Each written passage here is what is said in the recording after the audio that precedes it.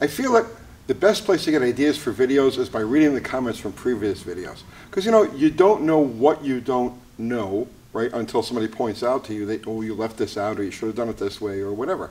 Some of the comments are really good. I've picked up a lot of stuff from comments. And some of them are just like crazy, right? But, you know, you weed through it. So the last video we did was on freeing bolts on that Magnum engine over there. And there were a lot of comments that really deserve to be condensed or combined into one video. So I want to do that now. So the first and one of the more common comments had to do with the way I loosen the bolts using the heel of my palm. And, oh, you're going to lose your hand. You're going to have arthritis. You're going to be all screwed up. They have to amputate your arm. One of the things about doing mechanical work, right, any of this stuff, is that you really need to condition your body for a certain amount of punishment, right? You know, it sounds crazy. But seriously, it's all part of it. It's part of being a mechanic. It's part of living this lifestyle. It's punishment, no matter how you look at it. You're asking your body to do things that it was never intended to do, you know. We were intended to hunt and gather and so on and so forth, not wedge ourselves into an engine compartment and struggle and everything with metal stuff, you know. It's not really in our makeup.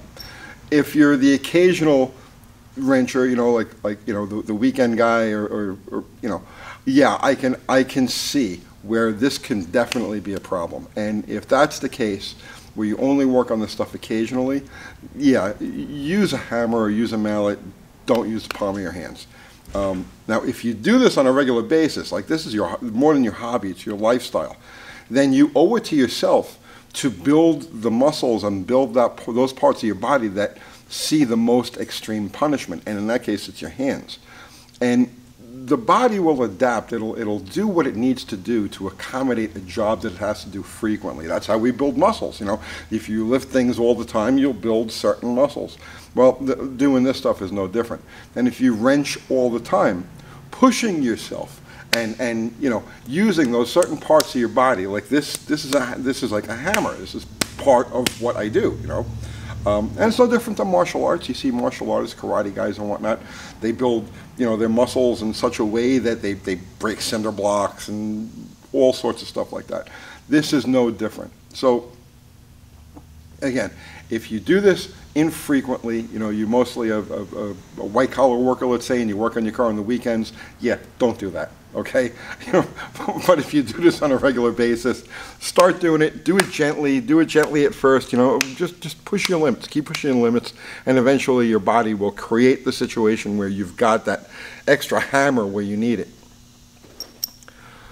Now we're talking about bolts, because the theme of that one was how to break, you know, stubborn bolts. And there were a lot of good comments. Now, you have to understand something about a YouTube video, right? They can only be so long, and then the views start to plummet. So after about 15 minutes or so, unless it's a riveting, you know, historical thing that you're going to sit down and go for the long ride, views just nosedive after about 15 minutes or so. So we need to, as content creators, we need to keep them on a relatively short side. Between 10 and 15 minutes is the magic number. So when you're talking about things like bolts or breaking bolts or the methods of doing so, you could for hours, because there are so many different variations and so many different situations that you're going to come across. I only illustrated one that you'll come across commonly and how to think your way around it. You know, that was by no means an end-all, be-all of breaking stubborn bolts. But there were a few good comments in there that definitely deserve to be you know, explored. And one of them, okay, was the concept of tightening the bolt first. If let's say you've got a stubborn bolt and you're trying to break it loose, one of them is like I said, the concept of turning the bolt tighter before you turn it looser. And it does have some merit, because turning it tighter stretches the bolt a bit. So now here we got to talk about the nature of bolts. A bolt is a spring. Okay, it's nothing more and it's nothing less. Now, there are many, oh God, there's so many different types of bolts and so many different uses for bolts and so many different classifications for bolts. Like if you look at the head of a bolt, you'll see that there are slashes and marks and whatnot, and I'm not going to get into that in this video. If you're interested in the type of bolt that you're using, there's charts up the yin-yang that will show you all of that stuff. But for what we're talking about here, we're going to simplify it and just say that almost universally, a bolt is a spring, meaning as you tighten the bolt into the threads, it starts to stretch, and it's that stretch of the spring that keeps the clamping load on what you're working with. Now, if you want to loosen something, you have to break all of the various seals that are there and help the spring to relax. It doesn't always go as simply as that. By tightening the bolt first, you're stretching the spring a little harder. You're pulling the work closer together. So now when you go to release it, you've taken some of the tension off. It's the same concept of heating the head of a bolt. So a lot of you guys would commented that you go to the junkyard and you bring a pocket torch or a butane torch to heat the bolt. That's not actually going to work. You can't get the head of the bolt hot enough for the effect that you're looking for to actually take place. Now you can get the bolt to expand enough to, let's say, break a rusty seal, but you can't get the bolt to expand enough to actually take the temper away. Now once you've heated the head of a bolt to the point that it's a dull red and you've removed some of the temper from that spring, and this is one of the perfect examples of this is harmonic damper bolts. A lot of people struggle with harmonic damper bolts. And the easiest way to get them is to use a MAPP gas or an acetylene torch and heat the head of the bolt, so the bolt is here in the damper. You heat the head of the bolt to where it's a dull red and then just let it sit for a few minutes. And what you've done there is you've taken the temper out of that spring. And so you can almost go in, depending on how hot you got it, you can almost go in and unscrew it by finger. Where before you could put impact wrenches on it and torque wrenches and everything else, it won't go anywhere. But by heating it to a dull red, you take the temper away from the spring, it stretches, and then you can just screw it out. Rusty fasteners are a problem. I mentioned in that video that there are certain situations, and just off the top of my head, F.E. Fords came to mind on the exhaust manifold bolts, and why no matter what you're going to do, you're going to break them.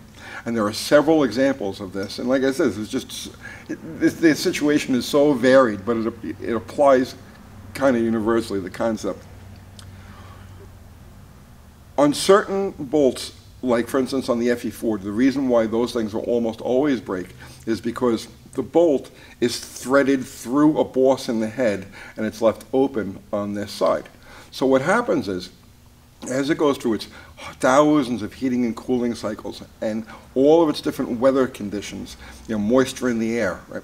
Those water molecules will get wicked inside of the bolt. This is over time now. They'll get wicked inside into the bolt and into the threads, and they'll actually weld themselves with rust to the cast iron of the cylinder head bolt, of the cylinder head. When that happens, the effort that it takes to break that seal exceeds the strength of the shank of the bolt. And so almost no matter what you do, you're going to break it. Now you can try heating them with a torch. You can get some of them out successfully like that, but I've been in a situation where I've heated those things to where like the cast iron itself was like red, right? And it'll still just, when you go to take it off. It just depends on the seal.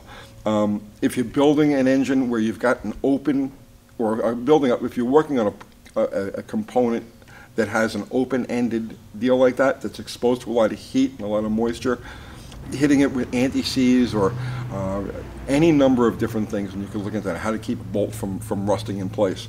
And also using a high-quality fastener, a high-carbon fastener has less of a tendency to rust than a lower-carbon one does. And again, that has to do with bolt grading and composition. But in essence, like I said, a bolt is a spring. And if you heat the head of the bolt, you'll take that temper away from the spring, relax the spring, and they'll come out much, much easier. But once you've done that, you've also damaged the bolt. It's never quite the same. It won't have that same springiness. You'll torque back into place. You know, I've done this 100 times, because on certain parts it doesn't really matter. You know what I mean? How crucial that clamping load is. Let's say you bolt in a motor mount to the side boss of a block. It's okay. Whack the thing down. But in a critical application where torque is important, where it's crucial, because if you don't torque it correctly, you'll distort the parts around it. And then once you've heated a bolt, you throw it away, because it will never hold the same clamping load exactly the same way again. And examples of that are, let's say, a head bolt. This is a head bolt actually from a Chrysler motor. Head bolts, crucial that the torque is correct, because if the torque isn't right, you don't get the spring load. And also, if you over torque, you can distort the cylinder walls, you can distort the deck. It leads to all kinds of problems. So once you've heated a bolt, consider it junk. It's a throwaway. Okay, another method that people talked about getting a bolt freed is to take your socket, put it over the bolt, and give it a whack with a hammer. That works only when you're dealing with sheet metal or sheet plate, where you can actually shrink or reduce the load between the surface and the head of the bolt. So let's just say you're dealing with a fender bolt, right? You take a socket, put it over the top of it, you whack it, and you'll shrink the area around the bolt back a little bit, and it'll loosen it. And that works. It won't work if you're doing, let's say, a cylinder head, or let's say you're trying to get a pinion nut off or something like that. You can whack it till the end of time, and you're not going to distort the material around it enough to make that work. So different situations create different or require different solutions, and different bolts require different treatments, and it goes on and on and on. It's a science. And if you do this regularly, you know, in addition to, like, you know, building your muscle groups and so on and so forth, so that they do the things that you need to do in order to, you also need to educate yourself on fasteners. It's an endless, I could sit here all day and just talk about all of the different types of bolts and metallurgical compositions and thread pitches and lengths and shanks and how to check them for this and check them for that. It would be a really, really long video. And we'll do more as we go along. I don't want to get too caught up on all of this, you know, the nuts and bolts, right? But I figured this would be a good video. It's a good follow-up to the one we did the other day, and I wanted to answer to some of the questions that have come up, or some of the comments that came up during that one. So that's it. I hope you got something out of that. I'll see you tomorrow.